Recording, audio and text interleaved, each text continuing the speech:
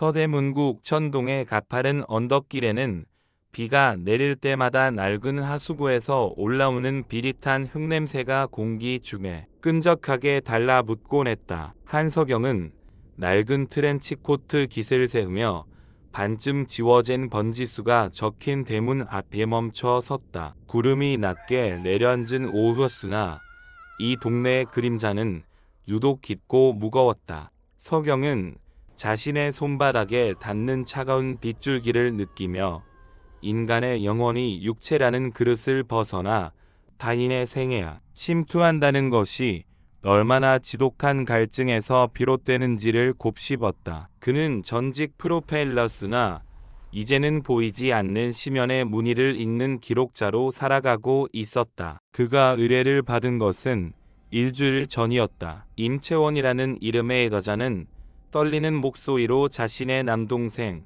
준호가 다른 사람이 되어버렸다고 말했다. 단순히 성격이 변한 수준이 아니었다. 준호는 평생 가본 적도 없는 전라남도의 어느 섬마을 사투리를 완벽하게 구사하기 시작했고 거울 속의 빛이 자신의 얼굴을 보며 낯선 이의 이름을 부르며 오랬다는 것이다. 석영은 그것이 단순한 해리성 정체감 장애인지 아니면 정말로 이 세계의 논리로는 설명할 수 없는 침범인지 확인해야 했다. 인준호가 거주하는 낡은 빌라의 거실은 정체된 공기로 가득했다. 커튼을 굽게 친 내부는 한낮임에도 불구하고 심해처럼 어두웠다. 준호는 소파 끝 웅크리고 앉아 손톱을 물어뜯고 있었다. 석영이 다가가자 준호는 고개를 천천히 들어 올렸다. 그 눈빛은 20대 청년의 것이라고는 믿기지 않을 만큼 탁하고 깊었다.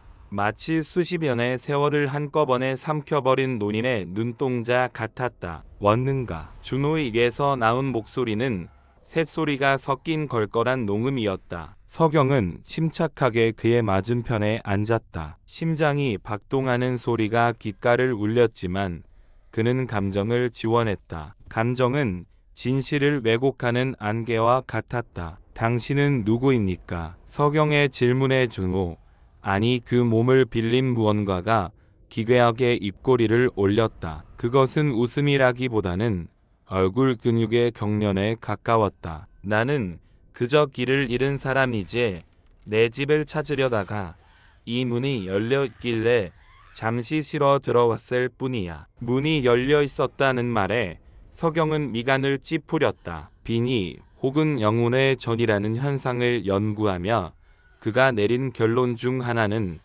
육체라는 요새는 결코 쉽게 함락되지 않는다는 점이었다. 그것은 정신의 붕괴나 극한의 트라우마 혹은 깊은 원한이라는 균열이 생겼을 때만 가능했다. 석영은 준호의 방을 훑어보았다. 책상 위에는 전공 서적들이 가지런히 놓여 있었고 벽에는 평범한 여행 사진들이 붙어 있었다. 하지만 방 한 구석, 바닥 장판이 약간 들뜬 곳에서 기묘한 습기가 배어나오고 있었다. 석영은 무릎을 굽히고 앉아 그 장판을 손가락으로 쓸어내렸다. 차가웠다. 단순한 결로 현상이 아니었다. 그것은 마치 공간 자체가 눈물을 흘리고 있는 것 같은 느낌을 주었다. 그는 문득 이 빌라가 지어지기 전 이 땅에 무엇이 있었는지를 떠올렸다. 옥천동의 구역은 과거의 공동묘지였거나 혹은 그보다 더 참혹한 역사를 간직한 곳이라는 소문이 있었다. 이 아이의 죄가 무엇입니까? 석영이 묻자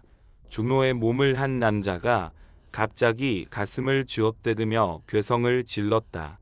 죄라고 했나? 내 아이를 죽인 놈들이 아직도 저기서 웃고 있는데 죄를 묻는단 말인가? 그의 목소리는 이제 분노로 가득 차 벽면을 울렸다. 석영은 직감했다. 이것은 단순한 악명의 장난이 아니었다. 그것은 기억의 전염이었다. 억울하게 죽어간 자들의 기억이 특정한 지점에 머물려 응축되다가 연이 그 주파수와 일치하는 약해진 영혼을 발견했을 때 터져 나오는 현상. 이른바 오늘의 점유라고 불리는 이 사건들의 진실은 항상 촉한 인간의 역사와 맞닿아 있었다. 서경은 며칠간 구청의 문서고와 도서관을 뒤졌다. 그리고 1970년대 후반 이 동네에서 벌어졌던 기록되지 않은 참극 하나를 발견했다. 당시 도시 정비 사업이라는 명목하에 강제 철거가 진행되었고 그 과정에서 갈 곳 없는 빈민들이 지하 단칸방에 갇힌 채 화재로 목숨을 잃었다는 기사였다. 공권력은 이를 단순 사고로 은폐했고 시신들은 연고도 없이 이 당 아래 묻혔다. 임준호가 살고 있는 빌라는 바로 그 화마가 덮쳤던 지점 위에 세워진 것이었다. 서경은 다시 준호를 찾았다. 이번에는 혼자가 아니었다. 그는 오래된 신문 스크랩과 당시 희생자들의 명단이 적힌 종이를 들고 있었다. 준호는 여전히 그 자리에 앉아 있었다. 식사도 하지 않은 채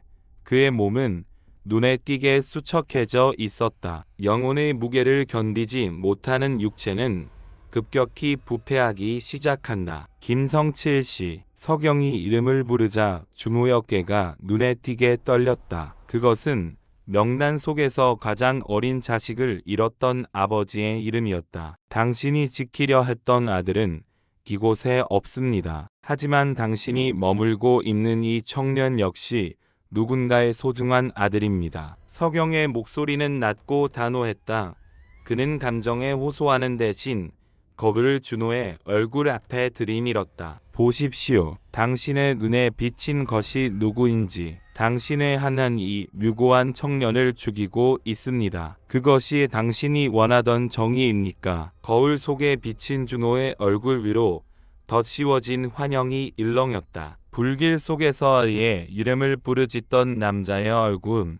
검게 그을린 피부와 절망으로 가득 찬 눈동자. 환영은 비명을 지르며 거울 밖으로 튀어나올 듯 꿈틀거렸다. 준호의 입에서는 검은 액체가 흘러나왔다. 그것은 타버린 재와 핏물이 섞인 듯한 악취를 풍겼다. 나는 연애는 그저 잊히는 것이 두려웠네. 남자의 목소리가 점차 작아졌다. 서경은 그 순간을 놓치지 않았다. 그는 미리 준비해온 맑은 물을 준호의 냐에 뿌리며 그 땅에 온 놈들에게 바치는 위로의 문장을 붙조렸다. 그것은 주술이라기보다 산 자가 죽은 자에게 건네는 마지막 예였다. 방 안을 가득 채웠던 무거운 냉기가 순식간에 빠져나갔다. 준호의 몸이 실 끊긴 이영처럼 바닥으로 고꾸라졌다. 임채원이 달려와 동생을 붙잡고 통곡했다. 서경은 창문을 열었다. 비는 어느새 그쳐 있었고 씻겨 내려간 공기 사이로 희미한 햇살이 비치기 시작했다. 서경은 빌라를 나오며 자신의 수첩에 짧은 문장을 적어 넣었다. 빙의란 귀신이 몸을 뺏는 것이 아니라 산 자가 죽은 자의 고통을 대신 짊어지는 공명이다. 하지만 사건은 거기서 끝이 아니었다. 옥천동을 떠나기 전 서경은 골목 어귀에서 한 노인을 만났다. 노인은 폐지를 가득 실은 수레를 끌고 있었다. 서경과 눈이 마주친 노인이 멈춰 섰다. 보소, 젊은이, 저 집에서 나온 건가? 노인이 손가락으로 준호의 빌라를 가리켰다.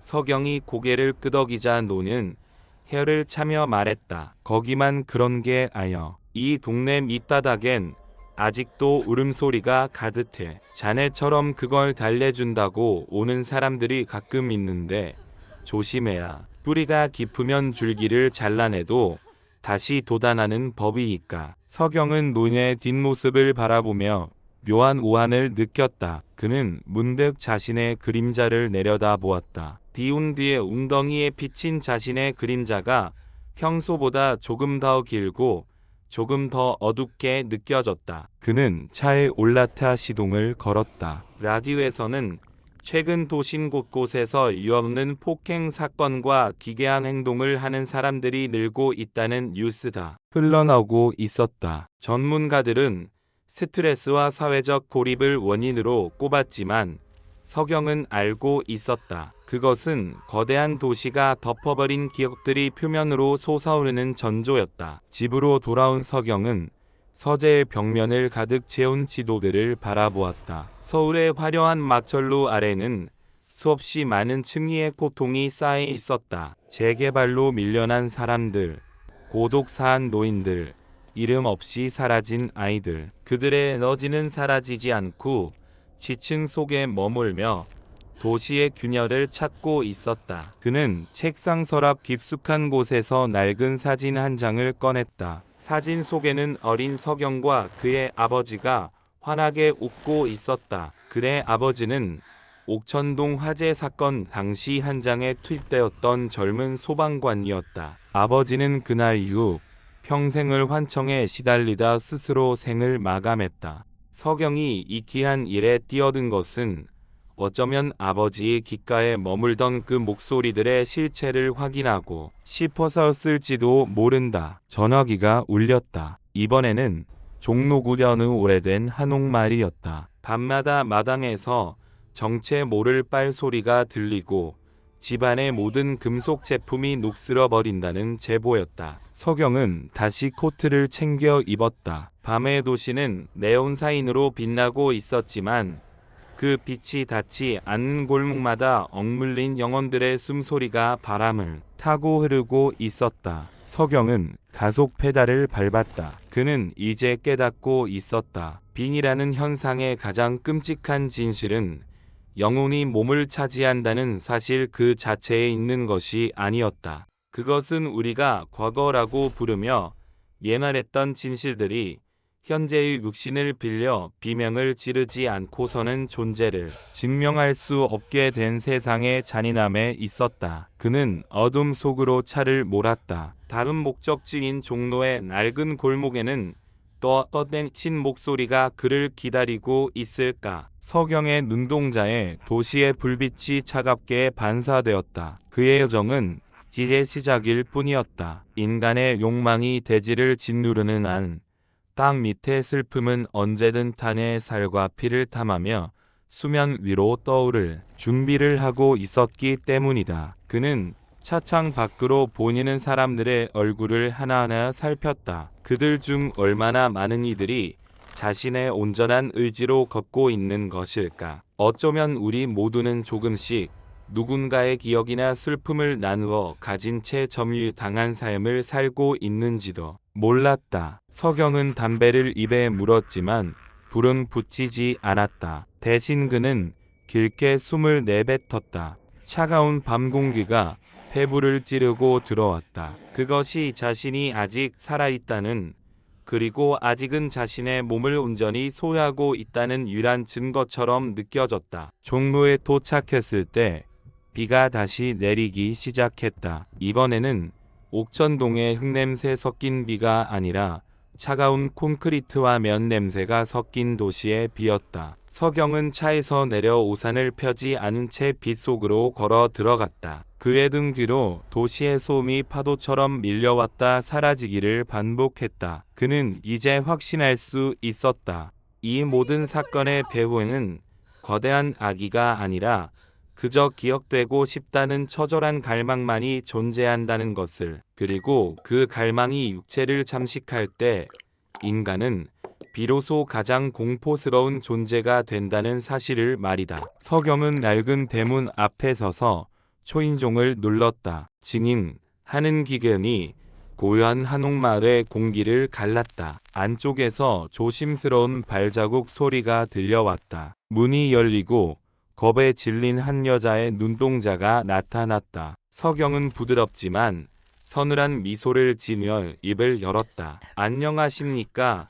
기록을 읽어드리는 사람입니다. 그의 목소리는 빗소리에 묻혀 낮게 깔렸고 여자의 뒤편으로 보이는 어두운 마당에서는 보이지 않는 누군가다. 긴 한숨을 내쉬는 듯한 바람이 불어왔다. 그것은 새로운 이야기가, 아니 아주 오래된 이야기가 다시 시작됨을 알리는 신호였다. 서경은 그 어둠 속으로 주저없이 발을 내디뎠다. 그가 밟는 땅 아래에서 수천 개의 잊힌 이름들이 일제히 도뭉치고 있었다. 대문을 넘어서자마자 톡끝을 찌른 것은 비릿한 금속의 산화 냄새였다. 비에 젖은 흙냄과는 결이 다른 마치 오래된 피가 공기 중에서 말라붙어 입자로 부서지는 듯한 건조하고 날카로운 악취. 서경은 구두 끝에 닿는 박석의 서늘한 감촉을 느끼며 마당 한가운데 멈춰 섰다. 최미연은 떨리는 손으로 대문에 빗장을 걸었다. 그녀의 손톱 밑은 검게 죽어 있었고 손가락 마디마디에는 붉은 녹가루가 문신처럼 배어 있었다. 그녀가 안대한 안채 대청마루에 올라서자 서경은 눈앞에 펼쳐진 기괴한 광경에 미간을 찌푸렸다. 한옥의 고즈넉함을 장식해야 할 녹소 향무와 은제 촛대, 심지어 문고리까지도 푸르스름하고 검붉은 녹에 침식되어 본래의 빛을 잃고 있었다. 그것은 단순한 부식이 아니었다. 마치 어떤 거대한 아가리가 집안의 모든 금속을 갉아먹으며 허기를 치고 있는 형국이었다. 처음엔 그저 습기 때문인 줄 알았어요. 미연의 목소리는 갈라진 논바닥처럼 푸석거렸다. 그녀는 거실 한복판에 놓이는 형체를 알아볼 수 없을 정도로 부식된 커다란 무쇠솥을 가리켰다. 하지만 이 집의 모든 세부치가 하루침에 이렇게 변해버렸죠. 그리고 밤마다 누군가 이 마당을 돌며 새를 긁는 소리가 들려요. 아주 무겁고 아주 차가운 것이 바닥을 끄는 소리요. 서경은 무릎을 굽히고 앉아 바닥에 떨어진 녹가루를 손가락으로 찍어 올렸다. 손끝을 타고 전해지는 감각은 차가웠다. 그것은 온기를 잃은 망자의 피부를 만지는 것과 흡사한 불쾌한 전율이었다. 서경은 눈을 감고 집의 호흡에 집중했다. 건축물은 기억의 저장소다. 특히 이처럼 100년에 가까운 세월을 버틴 목조 가옥은 그곳을 거쳐간 수많은 인간의 감정과 사건을 나이테처럼 새겨넣기 마련이다. 서경의 머릿속으로 집의 구조가 입체적으로 그려지기 시작했다. 석가래 사이사이에 고인 침묵, 기둥 속에 박힌 비명, 그리고 마름 밑바닥 깊은 곳에서 꿈틀거리는 습한 원망. 금속이 녹슨다는 것은 산소와의 결합이자 동시에 본질로 돌아가려는 투쟁이다. 서경은 속으로 중얼거렸다. 무엇이 이토록 강렬하게 이 집의 모든 단단한 것들을 부식시키려 하는가? 그는 미연에게 이 집의 내력을 물었다. 그녀는 이 집이 원래 일제강점기 시절 군수 물자를 조달하던 어느 친일 재력가의 저택이었다고 답했다. 전쟁터로 보낼 쇠붙이를 거두어들이고 녹그릇 하나까지 공출이라는 명목으로 빼앗아 쌓아두던 창고가 바로 마당 아래 있었다는 것이다. 서경의 시선이 마당 한 구석, 유독 끼가 짙게 낀 석등 아래로 향했다. 공출, 새를 먹고 자란 원한인가. 그때였다. 빗소리가 잦아든 적막한 공기를 뚫고 저벅저벅하는 둔짝한 소리가 들려왔다. 미연의 얼굴에서 핏기가 순식간에 가셨다. 소리는 마당의 어둠 속에서 시작되어 천천히 대청마루를 향해 다가오고 있었다. 그것은 인간의 발소리라기보다 거대한 금속 덩어리가 지면을 짓누르며 이동하는 궤적에 가까웠다. 서경은 주머니에서 작은 황동 거울을 꺼냈다. 아버지가 유품으로 남긴 수많은 현장을 누비며 검게 그을린 그 고를 마당을 향해 비추었다. 거울 속에는 아무것도 보이지 않았다. 하지만 서경의 귓가에는 수천 명의 연이 녹그릇을 빼앗기면 내뱉던 흐느낌과 낫과 곡괭이를 빼앗긴 농민들의 허망한 탄식이 환청처럼 휘몰아쳤다. 발소리가 마루바로 앞까지 다다랐을 때 서경은 느낄 수 있었다. 눈앞에 서 있는 것은 형체가 있는 귀신이 아니었다. 그것은 이 땅에 묻힌 채 산화되지 못한 채 억눌려 있던 금속의 기억 그 자체였다. 전쟁의 도구가 되기 위해 강제로 끌려갔던 수많은 평범한 삶의 도구들. 그들이 돌아오지 못한 채 집 마당 아래 뭉축되어 자신들을 가두었던 자들의 후손을 향해 날카로운 무디, 이빨을 드러내고 있는 것이었다. 미연씨, 이 집 아래 무엇이 있는지 정말 모르십니까? 서경의 질문에 미연은 고개를 숙였다. 그녀의 어깨가 가늘게 떨렸다. 할아버지가 돌아가시기 전에 그러셨어요. 이 집을 절대 팔지 말라고. 대대손손 지켜야 한다고. 마당 아래는 우리 가문의 치욕과 영광이 함께 묻혀 있다고. 소경은 씁쓸한 미소를 지었다. 치욕은 감춘다고 사라지는 것이 아니라 시간이 흐를수록 독성을 품으며 자라난다. 그리고 마침내 그 독성이 임계점에 도달했을 때 현재의 공간을 잠식하기 시작하는 법이다. 갑자기 마루판이 비명을 지르며 뒤틀렸다. 쇠를 긁는 소리가 방 안을 가득 메웠고 벽에 걸린 약자의 못들이 일제리 튕겨나가며 바닥으로 추락했다. 미녀는 길을 막으며 비명을 질렀다. 서경은 침착하게 고를 손바닥으로 감싸 쥐었다. 자신의 온기로 고래의 냉기를 누르며 그는 마당 아래를 향해 낮게 읊조렸다. 이미 모든 것이 녹슬어 사라졌거늘 어찌하여 아직도 단단한 껍데기에 집착하는가. 너희가 지키려 했던 것은 쇠붙이가 아니라 그 속에 담긴 온기였음을 잊었느냐. 그의 목소리가 파동이 되어 어둠 속으로 퍼져나갔다. 순간 마당 한가운데서 푸른 불꽃 같은 인광이 번쩍였다. 수만 개의 녹가루가 허공으로 솟구쳐 올랐다가 눈처럼 흩날렸다. 차갑고 비릿했던 공기가 순식간에 뜨거워졌고 서경의 뺨을 스치는 바람 속에는 누군가의 서러운 배웅 인사가 섞여 있는 듯 했다. 소동은 거짓말처럼 멈췄다. 미연은 넋이 나간 듯 흩날리는 녹가루를 바라보았다. 서경은 자리에서 일어나 코트깃을 세웠다. 내일 사람을 불러 마당을 파내십시오. 그곳엔 아마 당신이 감당해야 할 과거가 아주 무거운 무게로 묻혀 있을 겁니다. 그것을 지상으로 끌어올려 햇빛을 쐬게 하는 것만이 이목식을 멈추는 유리한 방법입니다. 서경은 대문을 나서며 뒤를 돌아보았다. 한옥의 지붕 기어위로 달빛이 내려앉아 있었다. 하지만 그 달빛조차도 어딘지 모르게 붉은 기운을 띠고 있었다. 그는 자신의 손바닥을 내려다 보았다. 거울을 쥐었던 손바닥에 선명한 녹자국이 남아 있었다. 차에 올라타 핸들을 잡자 라디오에서는 다시 무거운 뉴스가 흘러나왔다. 도심 한복판에서 벌어지는 기이한 현상들, 사람들의 마음속에 쌓이는 형체 없는 분노들. 서경은 창밖으로 보이는 종로의 낡은 건물들을 응시했다. 화려한 네온사인 뒤편, 어두운 골목마다 얼마나 많은 녹슨 기억들이 숨죽인 채 누군가의 발목을 잡을 기회를 엿보고 있을 것인가. 그는 엔진을 끼우며 엑셀을 밟았다. 밤의 한복판을 가로지르는 차창 밖으로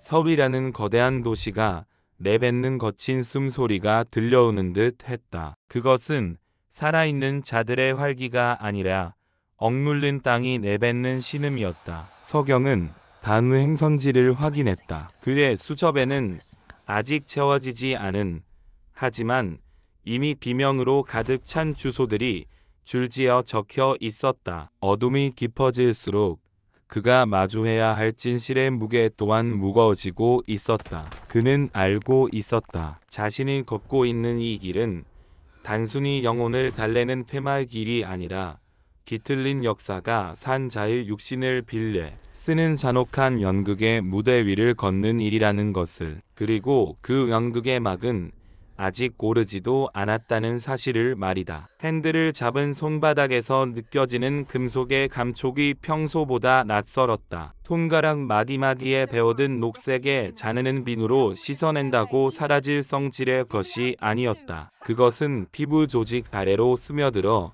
혈관을 타고 흐르는 일종의 저주받은 기억의 전이와도 같았다. 한서경은 신호 대기 중에 멈춰 선차창 밖으로 마포구의 낡은 상가 건물을 응시했다. 밤의 장막 너머로 명멸하는 네온사인은 화려했으나 그 불빛이 닿지 않는 건물의 음영 속에는 언제나 소화되지 못한 시간의 찌꺼기들이 고여 있었다. 서경의 시선은 조수석에 놓인 낡은 수첩으로 향했다. 마포구 옆 이동 청운맨션 302호 박혜원. 오늘 아침 그에게 도착한 메시지는 단 한 문장이었다. 그림자가 무거워져서 걸을 수가 없어요. 비유적인 표현이라 치부하기엔 그 문장에서 나오는 공포의 농도가 너무나 짙었다. 서경은 가속 페달을 천천히 밟았다. 엔진 소리가 빗물 고인 아스팔트 요 낮게 깔렸다. 서울이라는 도시는 거대한 무덤 위에 세워진 화려한 제단과 같다. 사람들은 매일같이 새로운 시멘트를 붓고 그 위에 유리벽을 세워 과거를 덮어버리려 하지만 땅은 결코 잊지 않는다. 억눌린 기억은 습기가 되어 벽지를 적시고 원망은 진동이 되어 낡은 배관을 타고 흐른다. 서경은 자신이 하는 일이 결국 그 거대한 망각의 틈새를 메우는 일임을 잘 알고 있었다. 청운맨션은 재개발을 앞두고 주민들이 거의 빠져나간 유령 같은 적막한 속에 잠겨 있었다. 콘크리트 외벽은 군데군데 떨어져 나가 속살을 드러내고 있었고 복도마다 켜진 백색 형광등은 수면 위에 닿아가는지 가쁜 숨을 몰아쉬며 깜빡거렸다. 3층 복도로 올라서자 코끝을 스치는 공기의 질감이 바뀌었다. 그것은 마치 물속을 걷는 듯한 압박감이었다.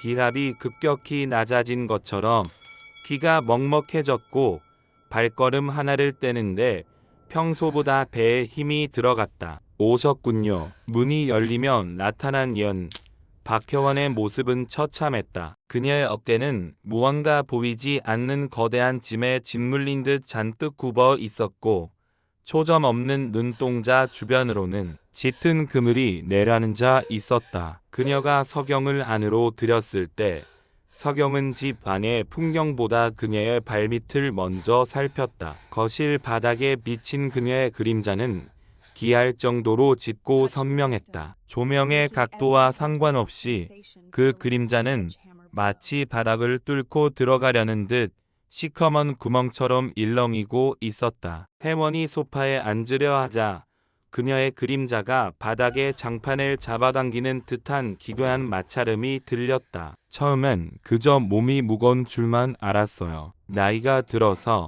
혹은 마감에 또 껴 피곤해서 그런 거라고. 하지만 아니었어요. 어느 날 거울을 보는데 제 그림자 속에 누군가의 손이 보였어요. 제 목을 조르려는 듯한 아주 마르고 길쭉한 손초상화 같은 것이요. 혜원의 목소리는 젖은 솜처럼 무거웠다. 서경은 거실 한복판에 서서 지면에서 올라오는 진동에 집중했다. 발바닥을 타고 전해지는 감각은 차가운 냉기가 아니라 끈적끈적하고 뜨거운 점성질의 슬픔이었다. 그는 천천히 방 안을 둘러보았다. 서재 벽면을 가득 채운 책들, 그리고 구석에 놓인 오래된 타작이 하나가 눈에 들어왔다. 기록되지 못한 진실은 육체를 얻지 못한 채타녀의 그림자에 기생한다. 서경은 속으로 뇌까렸다. 그는 주머니에서 황동 거울 대신 이번엔 검은색 수성 사인펜 하나를 꺼냈다. 그리고 거실 바닥, 혜원의 그림자가 닿아 있는 곳을 중심으로 커다란 원을 그리기 시작했다. 펜촉이 바닥을 긁는 소리가 적막한 방 안에서 날카롭게 울렸다. 이 아파트가 세워지기 전 이곳에 무엇이 있었는지 아십니까? 서경의 질문에 혜원은 고개를 저었다. 그녀는 그저 이 오래된 아파트의 고즈넉함이 저어 5년 전 이곳으로 이사를 왔을 뿐이었다. 서경은 원의 중심에 서서 눈을 감았다. 감각의 촉수를 바닥 아래 콘크리트와 철근을 지나 더 깊은 흙 속으로 뻗어 보냈다. 그곳은 원래 소금기가 가득한 땅이었다. 마포 나루터의 끝자락, 가난한 연부들과 뱃사람들이 삶의 고단함을 내려놓던 주막거리, 그리고 전쟁의 포화 속에서 피난길을 찾지 못한 이들이 서로를 부둥켜 안고 숨을 거두었던 골목이었다. 수많은 이름 없는 죽음들이 켜켜이 쌓인 채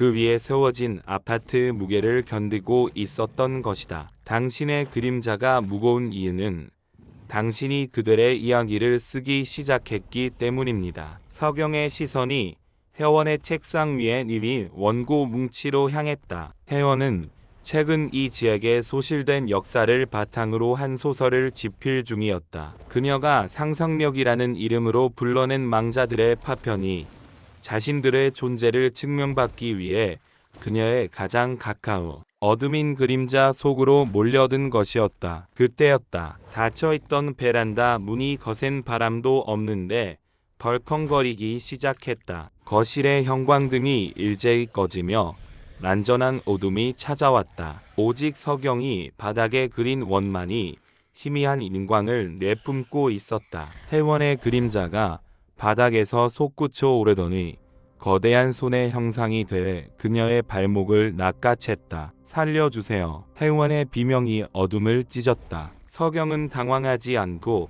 품 안에서 작은 향로를 꺼내 불을 붙였다. 심양의 진한 연기가 방만을 채우기 시작하자 거대한 그림자의 손길이 잠시 주춤했다. 서경은 어둠을 향해 엄중하게 꾸짖었다. 너희의 슬픔을 타니의 생명으로 갚으려 하지 마라. 문장이 되지 못한 원한은 그저 소문일 뿐이다. 진실로 기억되고 싶다면 그녀의 손끝을 빌려 빛으로 나가라. 서경의 외침과 함께 향로의 연기가 해원의 그림자를 감싸 안았다. 끈적거렸던 어둠이 연기와 섞여 소용돌이치더니 이에 가느다란 실 가닥처럼 변해 해원의 손가락 끝으로 빨려 들어갔다. 해원은 고통스러운 듯 몸을 떨며 바닥에 쓰러졌다. 한참 동안 정적이 흘렀다. 다시 형광등이 깜빡이며 불이 들었을 때 해원의 그림자는 다시 평범한 모습으로 돌아와 있었다. 하지만 그녀의 손마디에는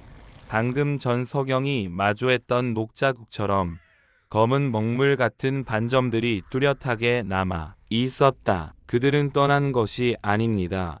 당신의 혈관 속에 당신의 펜 끝에 자리를 잡은 것이죠. 서경은 바닥에 그린 원을 발로 문질러 지으며 담담하게 말했다. 해원은 가쁜 숨을 몰아쉬며 자신의 손을 내려다 보았다. 이제 어떻게 해야 하죠? 쓰십시오. 그들이 하고 싶었던 말들을, 그들이 차마 내뱉지 못한 비명들을, 당신이 그들의 목소리가 되어주는 동안만 당신의 그림자는 가벼워질 겁니다. 그것이 이 땅이 당신에게 부여한 형벌이자 소명입니다. 서경은 뒤도 돌아보지 않고 방을 나섰다. 복도의 공기는 아까보다 한결 가벼워져 있었다. 하지만 엘리베이터 앞에 선 그의 마음은 여전히 납덩이를 매단 듯 무거웠다. 한 사람의 원한을 달래는 일은 가능할지 몰라도 도시 전체가 품고 있는 집단적 울과 뒤틀린 기억은 어떻게 감당해야 할 것인가. 아파트 정문을 나서자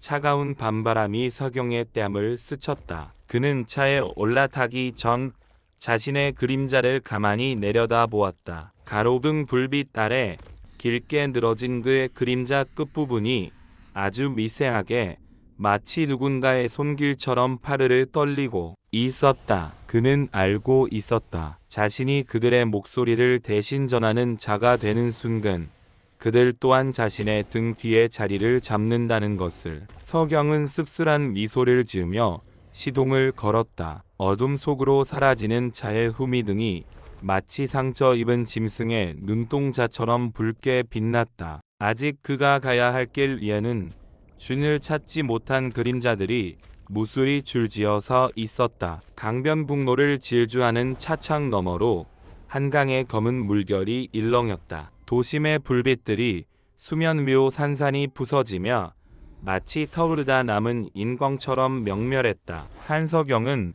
운전대를 잡은 손등을 내려다 보았다. 박형의 집에서 보았던 그 검은 점성질의 어둠이 마치 자신의 피부 아래로 전이된 듯한 미세한 가려움증을 유발하고 있었다. 그것은 단순한 감각의 착각이 아니었다. 타인의 고통과 역사의 찌꺼기를 정화하는 자가 필연적으로 짊어져야 할 영적 오음이었다. 서경은 차를 마포대교 인근의 흐미진 공터에 세웠다. 엔진이 꺼지자 고요함이 파도처럼 밀려갔지만 그 정적 속에는 수천 가지의 속삭임이 섞여 있었다. 그는 주머니에서 담배 대신 낡은 회중시계를 꺼냈다. 시계 바늘은 멈춰 있었으나 유리는 미세하게 떨리고 있었다. 이곳 단일리 발전소 근처여 오래된 지층은 서울에서도 가장 예민한 숨구멍 중 하나였다. 거대한 에너지가 생성되고 소멸하는 이곳의 땅 밑에는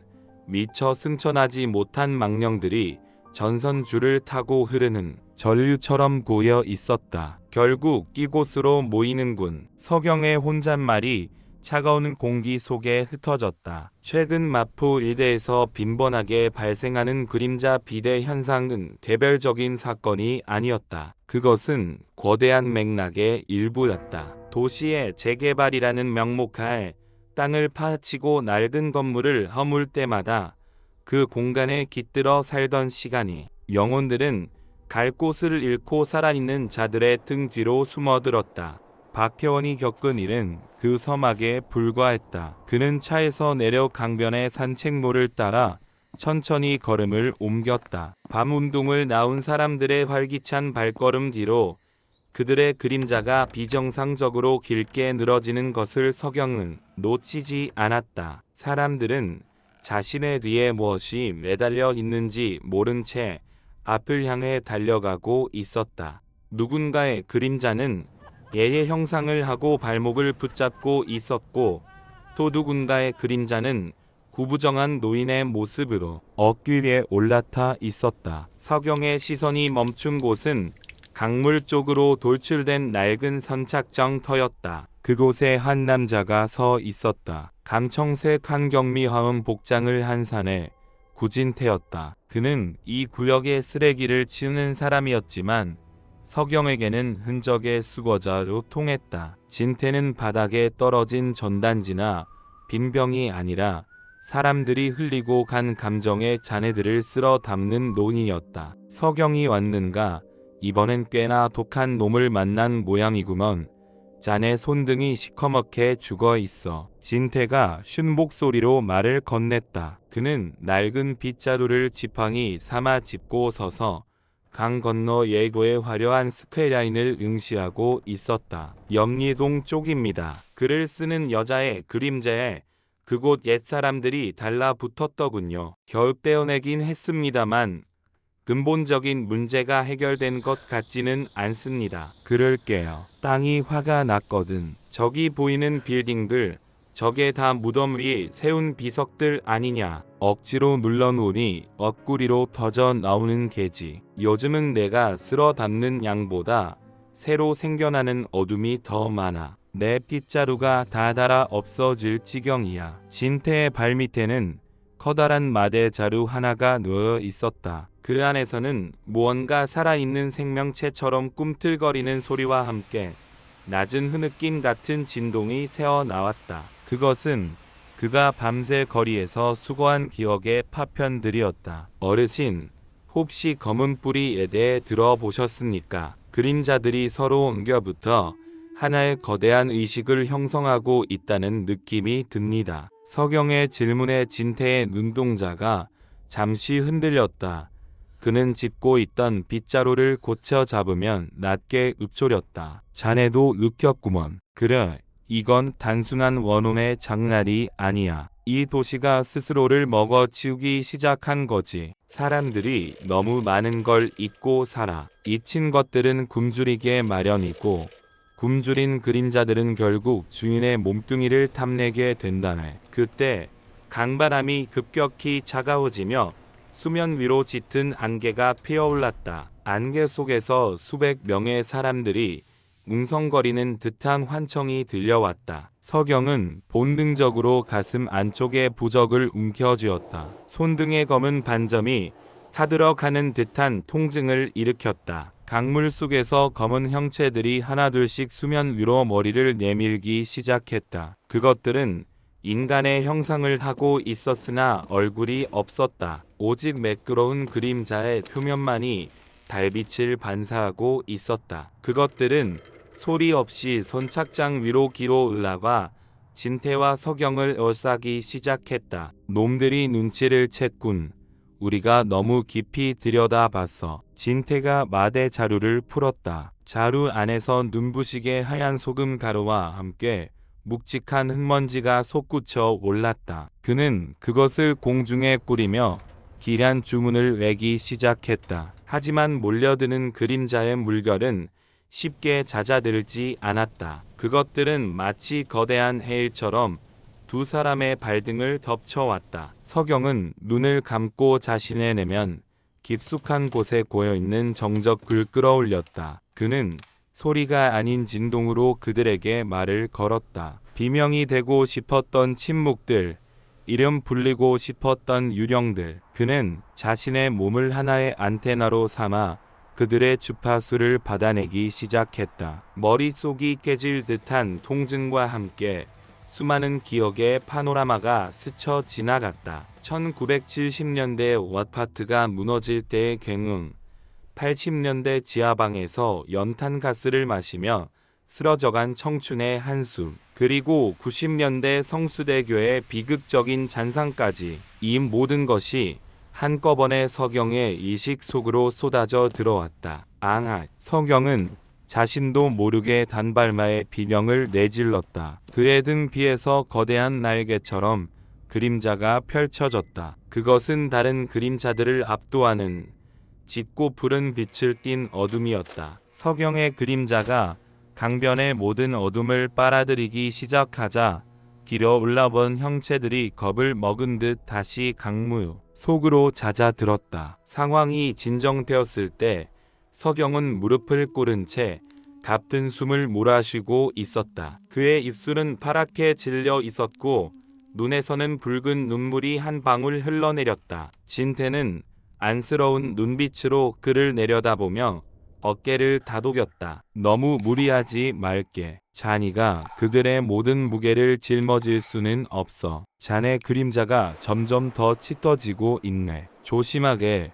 언젠가 자네 자신이 그 어둠 속으로 먹혀버릴지도 몰라. 서경은 대답 대신 떨리는 손으로 바닥을 짚었다. 콘크리트 바닥에는 방금 전에 소동이 남긴 듯한 검은 그름이 선명했다. 그는 깨달았다. 자신이 하는 일은 구원이 아니라 단지 거대한 폭발을 잠시 지연시키는 땜질에 불과하다는 것을. 다음은 어디입니까? 서경이 간신히 목소리를 쥐어짜 내어 물었다. 진태는 서쪽 하늘, 유재낙 재건축 공사가 시작된 서대문구의 낡은 달동네 쪽을 가리켰다. 저기 인왕산 자락의 개미마을이네. 거긴 땅의 뿌리가 너무 깊어서 내가 손을 댈 수가 없어. 이미 그림자들이 마을 전체를 뒤덮고 집집마다 문턱을 넘보고 있다더군. 그곳에 가면 자니가 찾는 검은 뿌리 실체를 보게 될지도 모르네. 서경은 천천히 몸을 일으켰다. 몸이 천근만근 무거웠지만 희하게도 가슴 한구석에서는 서늘한 투지가 솟구쳤다. 그는 차로 돌아가 시동을 걸었다. 전조등 불빛이 안개를 뚫고 길게 뻗어 나갔다. 도시는 여전히 고요했다. 사람들은 내일의 안녕을 꿈꾸며 깊은 잠에 빠져들었겠지만 그들이 덮고 자는 이불 밑에는 수만 가지 예시아기들이 칼날을 갈고 있었다. 서경은 핸들을 꺾어 서대문 방향으로 향했다. 백미라에 비친 자신의 눈동자 속에서 작은 그림자 하나가 가늘게 떨리고 있었다. 그것은 두려움이 아니라 거대한 진실 앞에 선 사냥개의 흥분이었다. 개미마을로 향하는 길은 가팔랐다. 엔진은 비명을 지르듯 툴럭거렸고 전조등 불빛은 낡은 담벼락에 그려진 해바라기 벽화 묘를 위태롭게 훑고 지나갔다. 낮에 보았더라면 정겨웠을 그 꽃그림들은 밤의 장막 아래서 기경하게 뒤틀려 있었다.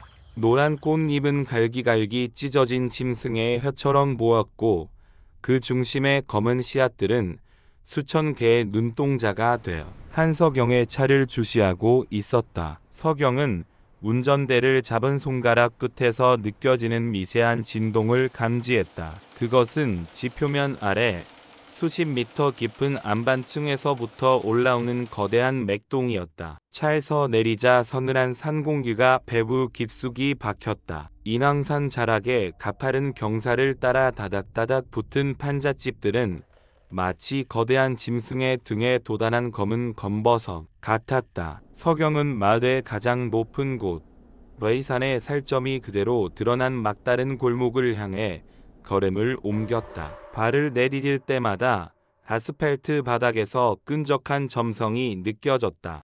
눈에 보이지 않는 검은 타르가 온 마을을 뒤덮고 있는 듯 했다. 그것은 박형의 집에서 보았던 것보다 훨씬 더 밀도가 높고 훨씬 더 오래된 원안의 농축액이었다. 골목 끝 낡은 가로등 아래 한 노파가 쪼그리고 앉아 있었다. 그녀는 아무것도 담기지 않은 빈 대야를 바닥에 두고 마른 수건으로 그 안을 끊임없이 닦아내고 있었다. 슥슥 규칙적인 마찰음이 정적을 가를 때마다 서경의 등 뒤에 드리운 그림자가 파르르 떨렸다. 노파는 고개를 들지 않은 채 갈라진 목소리로 중얼거렸다. 닦아도 안 없어져.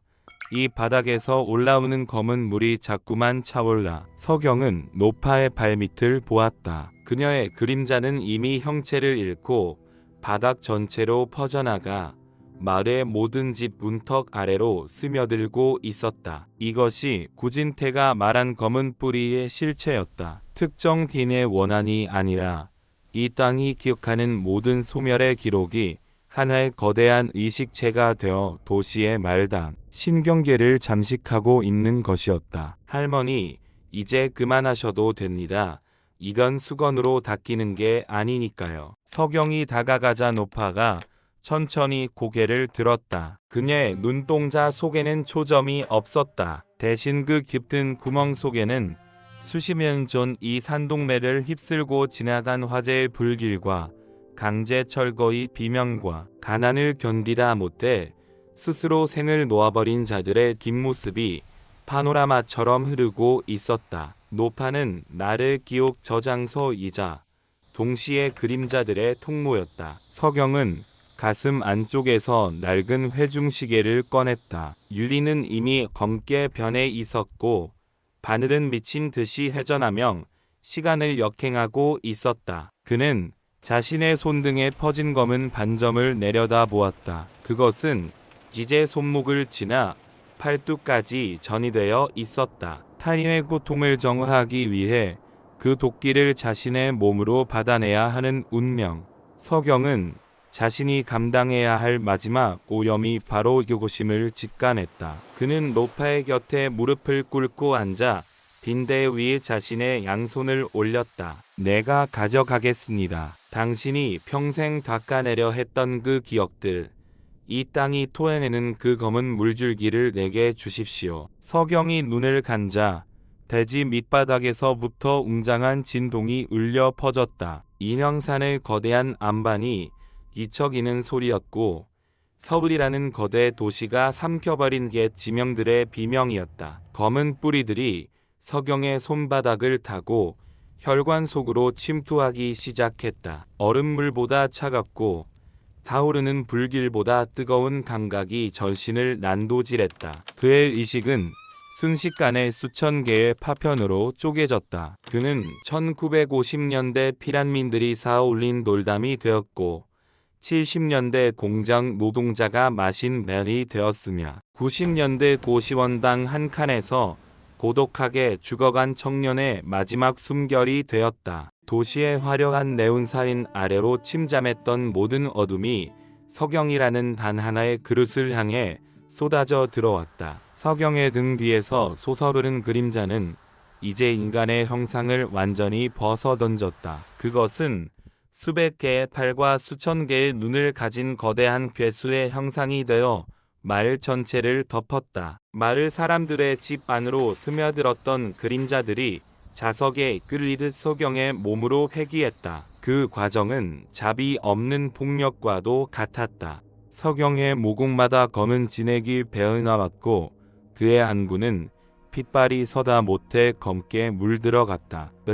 서경의 비명이 밤 공기를 찢었다. 하지만 그 비명은 곧 수많은 사람의 합창으로 변했다. 울음과 웃음, 분노와 체념이 뒤섞인 기이한 환희였다. 그는 자신의 존재가 지워지는 공포 속에서도 손을 놓지 않았다. 자신이 여기서 무너지면 기억은 해륜선 아래로 흘러내려 도심 전체를 집어삼킬 것이라는 사실을 알고 있었다. 얼마나 시간이 흘렀을까? 폭풍 같던 진동이 잦아들고 마을에 기한 정적이 찾아왔다. 노파는 어느새 사라지고 없었다. 빈대만이 가로등 불빛 아래 덩그러니 놓여 있었다. 서경은 차가운 아스팔트 바닥에 대자로 뻗어 거친 숨을 내뱉었다. 하늘을 올려다보았다. 인왕산의 능선 위로 푸르스름한 새벽빛이 번지고 있었다. 기이하게도 그의 몸을 잠식했던 검은 반점들은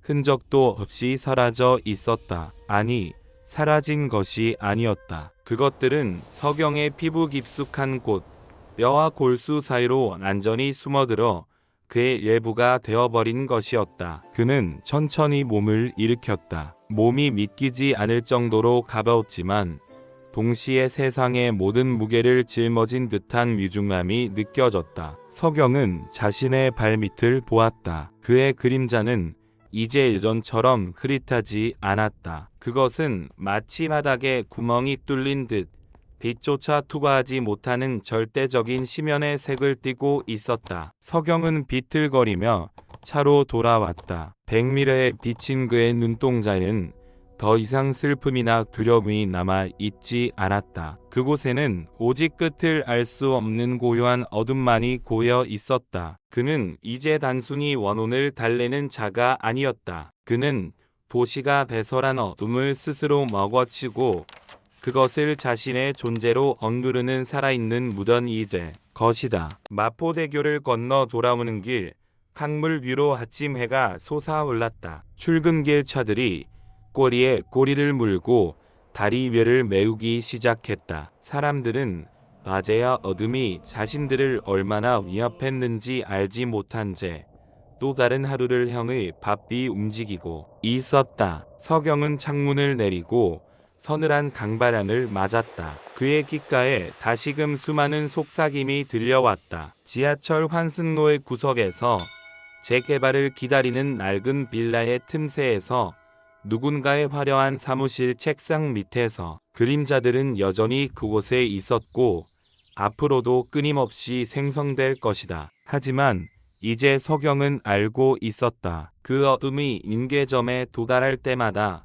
누군가는 그것을 자신의 그림자 속으로 수거해야 한다는 것을. 서경은 정장 주머니에서 멈춰버린 회중시계를 꺼내 강물 속으로 던졌다. 그것이 수면에 닿아 작은 파문을 일으키며 가라앉는 것을 지켜본 듯 그는 엑셀을 밟았다. 도시는 다시 빛으로 가득 찼지만 그 빛이 밝을수록 서경의 발밑에 도사린 그림자는 더욱 짙고 단단해졌다. 그는 이제 그 어둠과 함께 걷는 법을 배웠다. 아니, 자신이 곧 그 어둠이 되었음을 받아들였다. 도심의 빌딩 숲 사이로 사라지는 그의 검은 차 뒤로 굵게 늘어진 그림자가 마치 거대한 뿌리처럼 아스팔트 바닥을 움켜쥐고 있었다. 그것은 이 도시가 무너지지 않도록 지탱하는 가장 어둡고도 숭고한 결박이었다. 서경은 백미러를 보지 않았다. 가야 할 곳은 아직 많았고